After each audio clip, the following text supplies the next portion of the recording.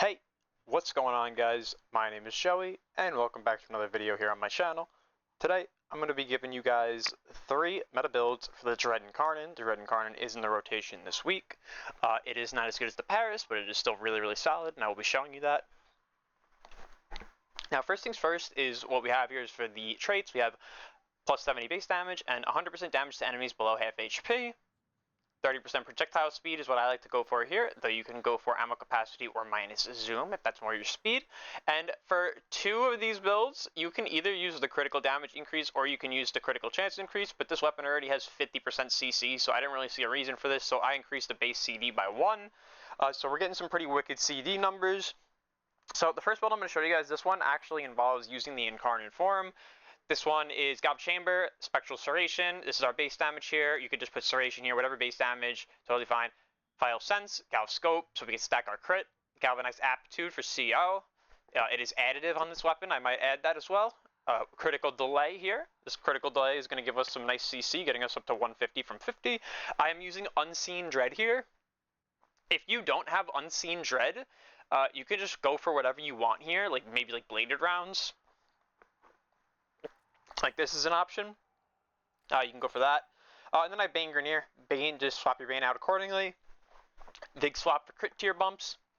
And Longbow Sharp Shot for 300% multiplicative damage. Now first, this build is like just your typical bow build. You see I hit the first shot, didn't do anything. I got the second shot, now we have headshot damage. And we have a ton of punch through. So we can punch through all these enemies, and you can see it just does a ton of damage. You don't even need necessarily to like line them up like that. You could also use this to deal like a ton of like high damage numbers as well. Like you can use this for single target damage. I'll show you here. You can see like 3.3 million on that guy, 21 million on that guy, 22 on that one. Like it still does a lot of damage too, so it's really nice. It doesn't have multiplicative gun co, but it does have multiplicative damage from longbow sharp shot, so that helps us out a lot. And you can see the damage numbers are really nice with this build. Now this is, like I said, this is the Incarnon form build. Now these next 2 builds I have for you guys, these ones are not going to involve the Incarnon form.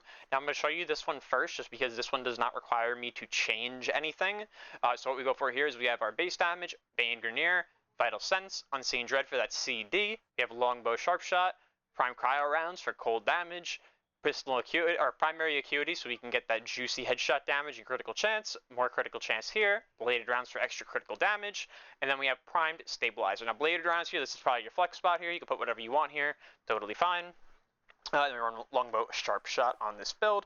Now, the way that this one works is this one is just your raw damage acuity non-incarnate form build. You'll see how this one works here.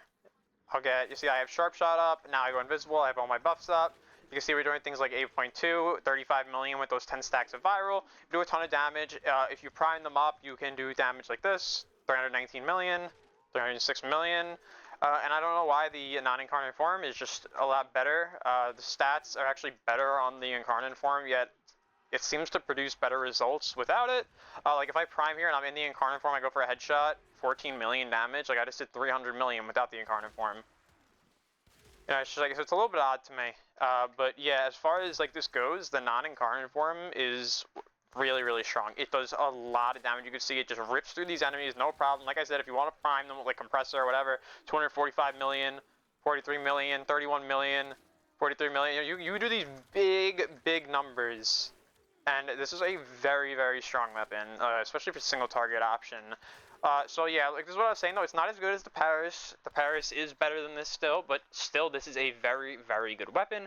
Now for the final build here, I'm going to swap this evolution over to the status chance increase, as we are looking to at least get some semblance of blast procs on this. So this is our build here. What we have here is we have Galv Chamber, Rhyme rounds plus Thermite for blast, CD, Punch Through plus fire rate, Elementalist for status damage, CC, Bane Grenier, Deadhead, and then Vig Supplies again. Now this one is a bit different. This one is also a non-incarnate form build, but the reason we go for status here is because with this one, you're going to want to shoot the enemy. And you're going to see it doesn't really do much damage right off the bat because you don't have anything stacked up. But the way this one will function after you actually are able to stack it, now you can see I have 1, 2, now 3 stacks of Deadhead, and I have all my multi-shot up. You can actually see now that this weapon As long as you're proccing blast on them, we'll do a ton. So the way this will actually work really well is if I'm looking at this enemy right here and I shoot, he has blast on him, the slash damage from the non-incarnon form will tick him down, therefore proccing the blast itself, and then you see the blast explodes there. So this is actually really like you do not want to use the incarnon form with this build specifically because the incarnon form has an even IPS weighting, whereas the non-incarnon form has a very, very heavy slash weighting. So going for a build like this and allowing your slash to tick instead of like where on here, you can see it's even, so there's no guarantees that you're getting any slash procs or anything like that. So it's better on this. The slash will tick them down. It will then proc the blast. You have a ton of base damage on here, so the blast is going to do a ton of damage. And this is pretty much your option for AoE. Now, you probably could use this in the incarnate form if you want to, though you're not going to get the same results because, like I said, this is more about, you hit them one time. I have my stacks, but I'm going to let the primer drop off of them. I didn't mean to shoot that again, but just sit here for a moment and let it drop off.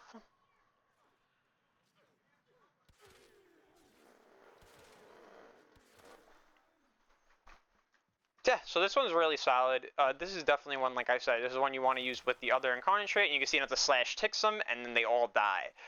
So this one's really, really solid. So, I got these 3 builds here for you guys. Let me know which one you guys like the most. Let me know which one you guys are looking to use. If you guys enjoyed the video, leave a like, leave a comment, please subscribe, and thank you for watching.